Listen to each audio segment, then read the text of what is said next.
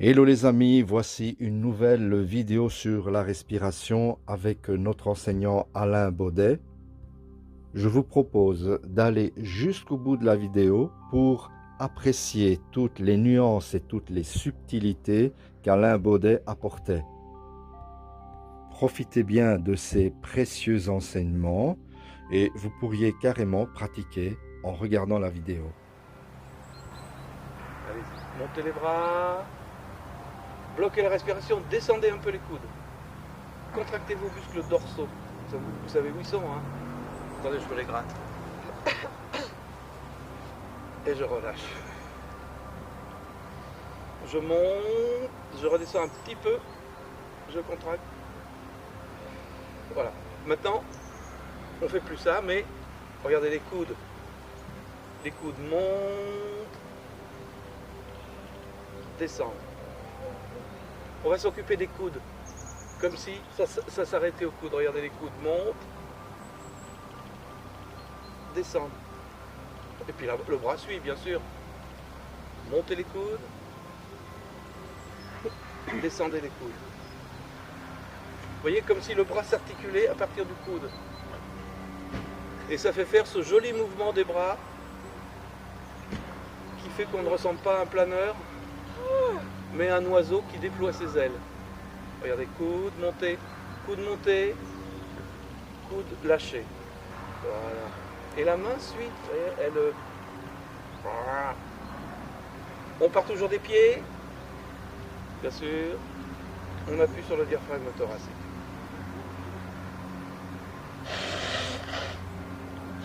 Alors quel est l'avantage de ce petit exercice? C'est une question à 100 balles. Quel point d'acupuncture est spécialement activé par ce mouvement des coudes? Allez-y. Oh, oui, mais non. Non. Homingman. 21 rats. Tapao. Je vous avais déjà tape à 100 balles, tapao. Regardez, tapao c'est ici. Aquí. Et là, le fait de lâcher les coudes, de contracter les dorsaux va activer ce point qu'on va renforcer. Hein? Qu'on va renforcer. Et ce tapao, c'est quoi? D'abord, c'est le point qui chatouille. Mais ce 21 rate, c'est le départ de ce qu'on appelle le grand lot de la rate. Alors, imaginez qu'à partir de ce point, il y a tout un réseau, comme une toile d'araignée, de petits filets qui parcourent tout le corps, un peu sous la peau. Ça vous fait penser à quoi? Au système lymphatique. On active le lymphatique. Voilà. Alors on continue dans cet exercice, encore quelques fois. Donc ici, activer la terre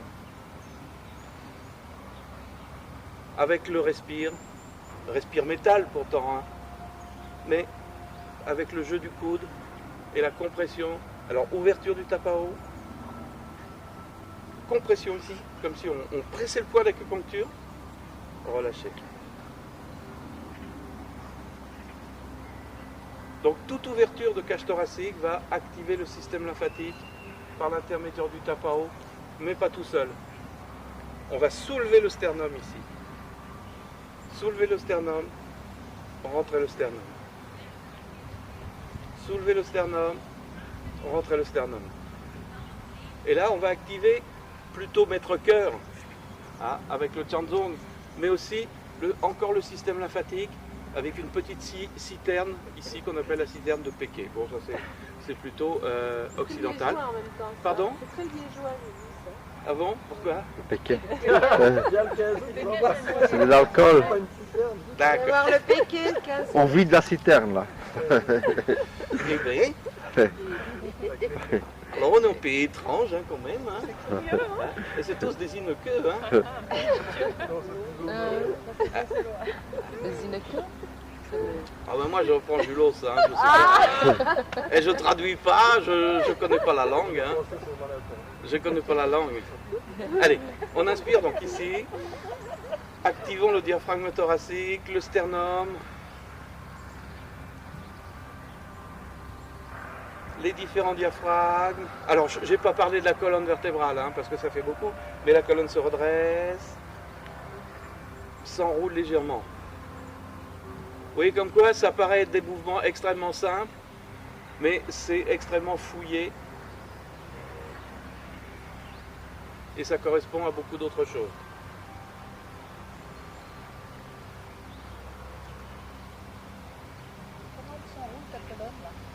Bah, là, elle se redresse naturellement et elle s'enroule un petit peu. Elle fait une petite ondulation tranquille, hein, pépère, tranquille, monochrome chips, tout. Voilà, redresse, enroule. Ah, assez naturel, hein, assez naturel. Voilà. Maintenant, que font les doigts? Que font les bras? Eh bien, les bras doivent être montés par le chi, par la respiration à peu près jusqu'ici. Regardez, quand je démarre ici, dans les jambes, colonne vertébrale, inspire. Voilà. Jusque-là, je n'ai fait aucun effort avec les bras. Les bras sont montés par la pompe centrale, ici. Inspire. Mais c'est pas assez haut. Alors maintenant, les doigts, comme un gant, vont prendre le relais. Regardez les doigts. À partir du petit doigt jusqu'au pouce, ils vont s'étirer et continuer le mouvement et tirer la plèvre, l'enveloppe du poumon. Et je relâche. Donc si vous voulez, c'est le chi central qui monte les bras. Ce sont les bras qui prennent le relais grâce aux mains, grâce au méridien des bras que l'on étire. On maintient un peu, on lâche les coudes, on relâche. C'est-à-dire que la main n'est pas morte. Elle a une action assez intéressante. Malgré que ce soit le centre qui est le moteur, les mains sont des moteurs auxiliaires. On ne peut pas dire qu'on met de contraction dans les épaules, dans les bras, le moins possible. Mais les mains, les extrémités, ainsi que le centre, les diaphragmes, la colonne, oui. Et les coudes sont articulés, c'est-à-dire qu'ils montent plus que les doigts et ils descendent plus vite que les doigts. Ça, c'est important aussi, comme activateur du centre. Ok, vous voyez déjà dans ce petit mouvement tout ce qu'on a comme possibilité. L'inspiration, c'est mieux par la bouche ou par le nez? Alors, peu importe. Oui, on peut le faire tranquillement. Inspire par le nez, expire par le nez. Ici, donc, j'inspire. Échange poumon-ras. Donc, je remplis mes poumons et je me mets un peu sur les talons. Ce qui fait que dans la fin de l'inspire, qu'est-ce que j'ai fait? J'ai poussé sur les piliers postérieurs du diaphragme. Mes reins sont descendus avec le diaphragme et mon périnée est allé à l'encontre. Voilà. Donc ça a donné ça. Et je me dis, l'énergie des poumons descend vers le rein. Puis quand j'expire, l'énergie des reins remonte vers le poumon. Et là par contre, il peut être intéressant d'expirer par la bouche, mais plus dans la rate. Là tu peux expirer par le nez. Hein? En fait, dans la physiologie énergétique, hein, en médecine chinoise, il y a tout un tas de relations entre les organes. Et il est dit que pour nourrir l'énergie des reins, par le travail respiratoire, l'énergie du poumon va tempérer l'humidité du rein, puisque le poumon c'est la sécheresse. Je vais essayer de faire vite. Hein. Donc elle va tempérer l'humidité des reins en descendant avec le diaphragme thoracique. Ça, c'est dans les textes. Et on dit qu'à l'expire, quand le chi des reins est solide, eh bien, il remonte un peu de cette humidité vers le rein, vers le poumon, pour le vaporiser.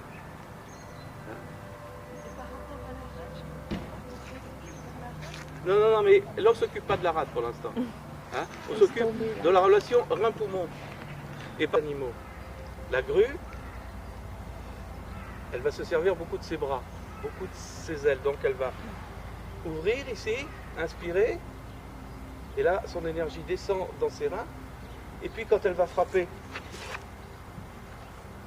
il faut que son énergie remonte des reins vers le poumon. Et elle va se servir de l'énergie des reins pour caloter l'autre. Hein? Ça va? Ok. Bon, on va faire un peu la même chose, mais on va changer de mouvement. Assis, une chose importante aussi. Vos doigts, vos ailes, vos bras. Vous avez une grande envergure. Et vous devenez des pêcheurs d'étoiles. Regardez, imaginez qu'il y a une étoile par là. Allez attraper l'étoile. Allez attraper l'étoile. Puis, tirez cette étoile. C'est-à-dire que votre mouvement ne doit pas s'arrêter ici. C'est trop court. Votre mouvement, votre énergie, votre chi doit se prolonger par des fascias, certes invisibles, mais ô combien efficaces, le plus loin possible. C'est-à-dire que quand vous montez le bras, ici, loin, profond. En fait, vous allez chercher la chevillette ou la bobinette, non, la chevillette, pour que la bobinette, elle est quelque part à l'intérieur. Imaginez que vous déroulez une bobine ici, loin, puis tirez ce fil, profond. Pourquoi on peut aller profond? Parce que c'est fort ici, c'est puissant. Loin, profond, loin. Et quand je dis les doigts, c'est qu'un début. C'est l'ensemble de votre corps énergétique qui s'expanse, se rétracte. Mais il faut s'exercer avec les doigts déjà. Donc étirer les fils de soie. C'est ce qu'on appelle les djinns, sans G. Badouan djinn, qu'on traduit souvent par tendon, ou qu'on peut traduire par fascia. Ce sont ces espèces de fascias invisibles, mais pourtant réels, que vous projetez et que vous tirez. Hein? Ils viennent de la profondeur de la structure, vont très loin et ils retournent. Pour ceux qui ont pratiqué un Qigong qu'on appelle Zinen Qigong, tout est basé là-dessus. Sur cette idée d'aller loin et de revenir dans la profondeur.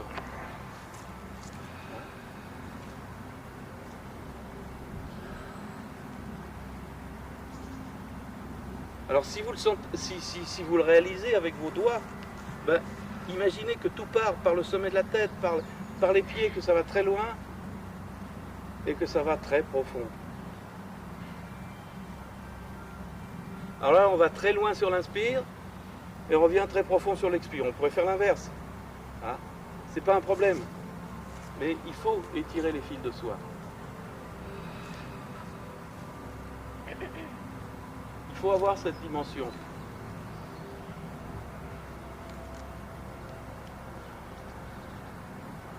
C'est plus difficile de sentir ce que tu dis là à l'expiration, la force qui peut sortir. Des reins, oui. Ça c'est plus délicat quand même. Oui. On va le travailler. Les poumons. On va le travailler avec l'eau. Reprennent de l'eau. C'est en prenant de l'eau qui... Non, c'est... Ou les fils de soie, là, je les ai gardés complètement rétractés. Je vais peut-être pas tellement aller loin. Hein, parce que là, c'est force contre force. Voilà. Et elle va réagir. Par contre, si j'étire mes fils de soie, naturellement, regardez, ça c'est... Je garde la bobine serrée. Là, je serre la bobine. Et là, je vais loin. Naturellement, je vais loin. Hein? Et même si elle arrive de loin, je lance mes fils. Hein?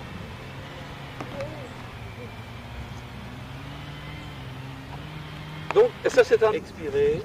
Ouvrez simplement, comme si vous caressiez la voûte des cieux avec la paume de main, et comme si vous ratissiez cette voûte des cieux avec les doigts. Donc ne tendez pas les bras, mais par contre, étirez les doigts, comme des antennes. Et il y a toujours ce travail hein, des diaphragmes, dont je vous ai parlé précédemment, ce travail de la colonne vertébrale. On va garder pour l'instant la relation avec les reins. couler. Rein, poumon, poumon, rein.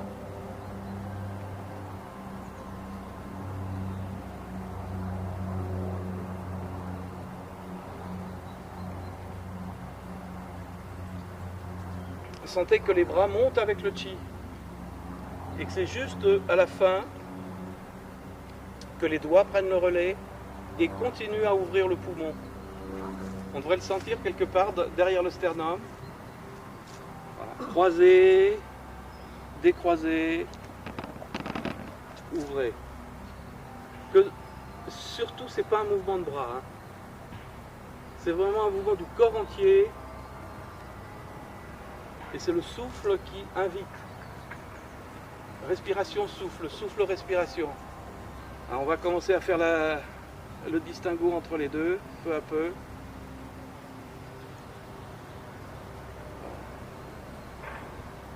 Alors, bon, on va faire le même mouvement. Là on peut dire, bah, je travaille le métal, je travaille le poumon. Maintenant on va travailler le rein derrière le poumon, beaucoup plus. Ici, je vais croiser et je vais commencer à inspirer. Je vais commencer à inspirer. La moitié de l'inspiration. Si j'arrondis un peu les lombaires, je me cale dans mes reins. Et puis la fin de l'inspiration, regardez, fin de l'inspiration, c'est la poussée dans les jambes, la poussée des reins qui pousse les bras à travers le poumon. Et là, alors là, je fais rien avec les gants. Hein. Regardez ici, je croise, je me mets dans mes reins, j'ai fait la moitié de l'inspiration, je fais l'autre moitié, tranquille là. Essayez de le faire avec ce petit temps d'arrêt, après on le supprimera. Pour vraiment utiliser la force des reins. Bon, si c'est trop balèze, vous essayez de sentir cette montée de l'énergie des reins qui va vers le poumon et qui s'ouvre, qui font que les bras s'ouvrent. Tournez bien la main quand même, et vous verrez que le bras fait très peu d'efforts physiques. C'est vraiment quelque chose qui monte dans la colonne, qui se divise au niveau des omoplates et qui vient vous pousser les bras.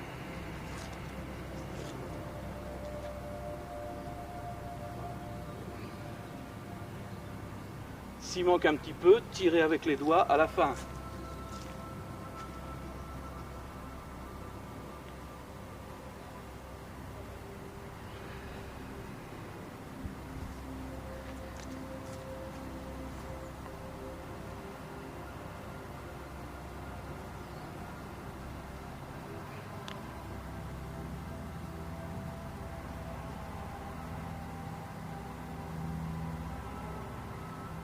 Alors dépliez bien les doigts, surtout pouce index par exemple. Pouce index qui correspond au métal, c'est vrai. Mais aussi le majeur qui correspond au péricarde. Et aussi le petit doigt qui correspond au cœur. Enfin, qui sont des éléments qui se trouvent dans la sphère médiane. Donc qui participent à la force du bras. Hein. Le cœur, le péricarde participent à la force du bras. Mais aussi l'intestin grêle et le gros intestin qui est lié au poumon, l'intestin grêle étant lié au cœur. Il y a un doigt qui est un peu plus mystérieux, c'est celui du triple réchauffeur. Mais le réchauffeur supérieur, il est dans la poitrine et il est alimenté par le réchauffeur inférieur. Vous voyez, qui veut comprendre le Qigong doit comprendre la médecine chinoise. En tout cas dans ses balbutiements déjà.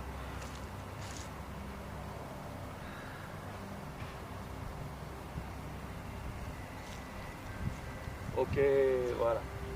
Alors sur le plan de l'efficacité, ça va donner des gestes comme ça. Là ce qu'on vient de faire, c'est pour travailler ça, monter, frapper par exemple. Hein? Monter ici, monter là. C'est gentil la grue. Hein? Mais pour vous montrer que le bras n'est que l'instrument du reste du corps. Hein? Par exemple, ça pourrait être ça. Coup d'aile. Voilà. Mais les plumes ici, c'est important. Hein, voilà, dans un mouvement descendant. Quelqu'un m'accompagne un autre. Fais attention de ne pas toucher, c'est pour ça que c'est un peu bizarroïde, mais voilà. On va faire ce mouvement de la grue qui... Regardez ici. Inspiration.